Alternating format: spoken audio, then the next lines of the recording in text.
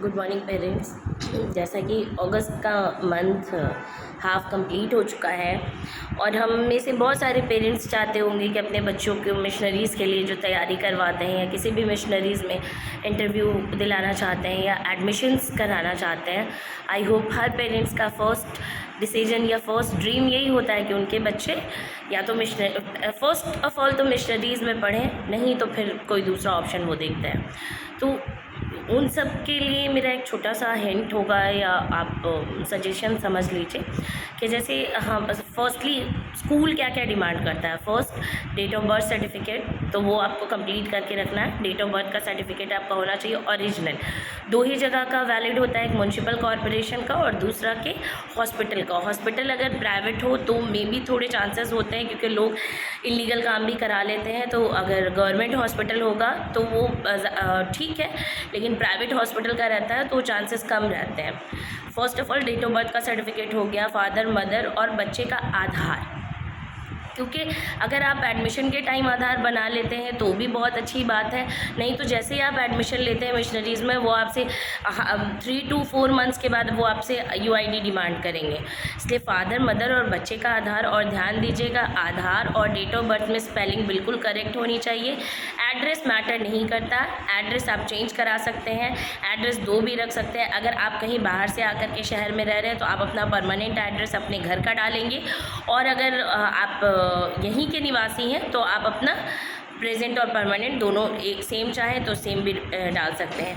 अब मॉन्टेसरी का क्राइटेरिया क्या रहता है? मॉन्टेसरी का क्राइटेरिया रहता है कि वो विदिन 2 किलोमीटर अंदर चाहते हैं, क्योंकि बहुत छोटे बच्चे 3.5 से 4.5 साल के बच्चों का डिमांड जो होता है, तो 3.5 से 4.5 साल के बच्चे 2 किलोमीटर के दूर के दायरे में जो आएंगे तो वो बहुत थक जाते हैं, एग्जॉस्ट हो जाते हैं। स्कूल ने बहुत कुछ सोच करके अपना क्राइटेरिया बना रखा है, तो बेहतर हो कि 2 किलोमीटर अंदर के दायरे का अगर आपके पास एड्रेस प्रूफ है तो वो फर्स्ट प्रेफरेंस होगा।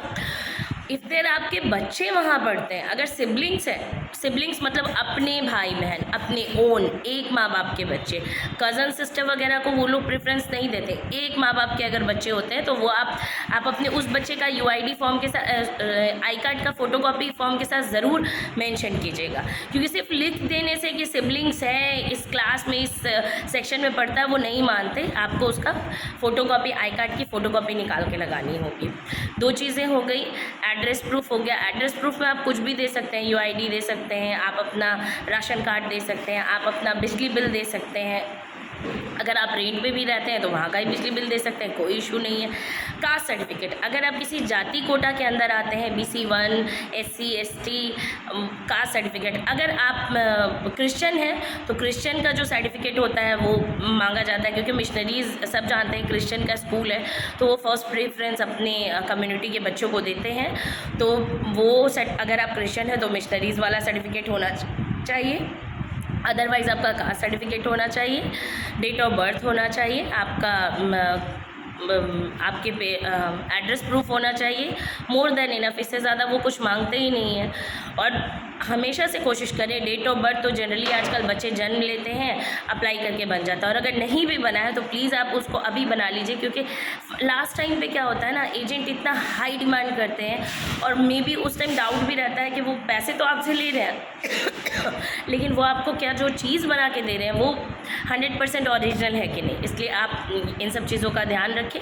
डे बाय डे में और भी जैसे जैसे बहुत सारी चीज़ें हैं, क्योंकि मेरे दोनों ही बच्चे मिशनरीज़ में हैं तो मेरे माइंड में से जैसे भी कोई भी चीज़ें याद आती जाएंगी मैं आपके साथ शेयर करती जाऊंगी। पटना के किसी भी स्कूल में, मैं नाम नहीं लूँगी, बहुत सारे स्कूल हैं पटना में मिशनरीज़ के, तो आप उन सब स्कूल में अप्लाई कीजिए। कभी भी एक स्कूल के भरोसे मत रहिए, कॉन्फिडेंट मत रहिए, क्योंकि आपका कॉन्फिडेंट रहना अच्छी बात है but over confident it's not good.